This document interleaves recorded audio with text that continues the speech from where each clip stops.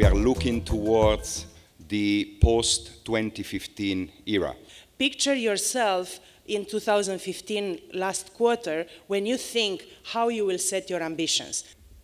The 2015 unambitious, I would call it, unambitious target, Millennium Development Goal, of reversing the incidence of TB has been achieved a decade ago or so.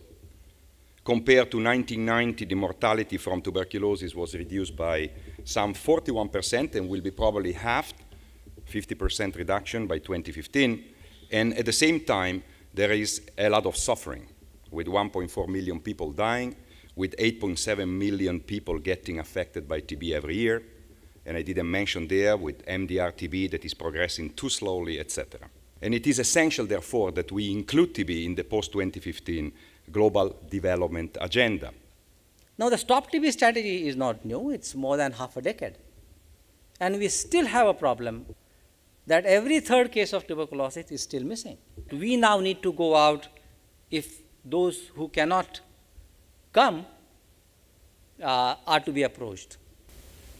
These are now the regional mortality rates. So again, the black dashed line is showing the target level, and here there are two regions that have already met the target, the Americas and the Western Pacific.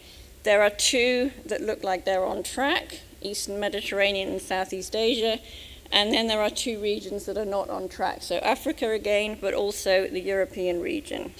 We still have 1,000 people dying in India every day.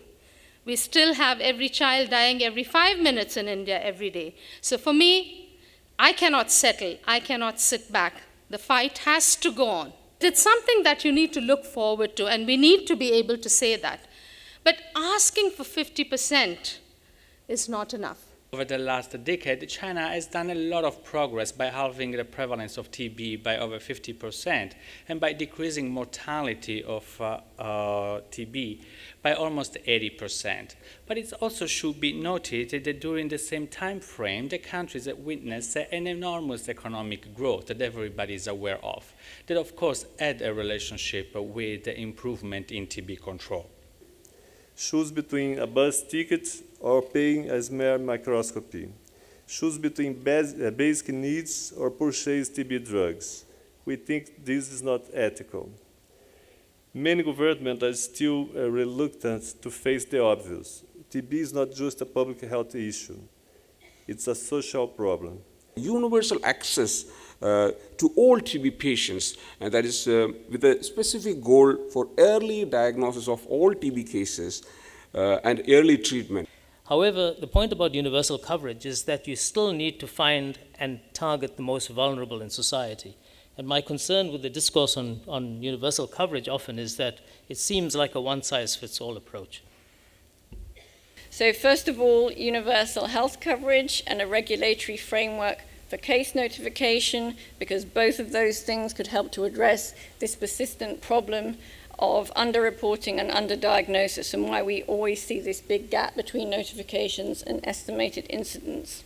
But we must advocate and we must push ministers of health to be able to produce those policies that then will allow us to achieve more. There are big funding shortfalls, and if there's an even more ambitious agenda beyond 2015, then clearly more funding is going to be required.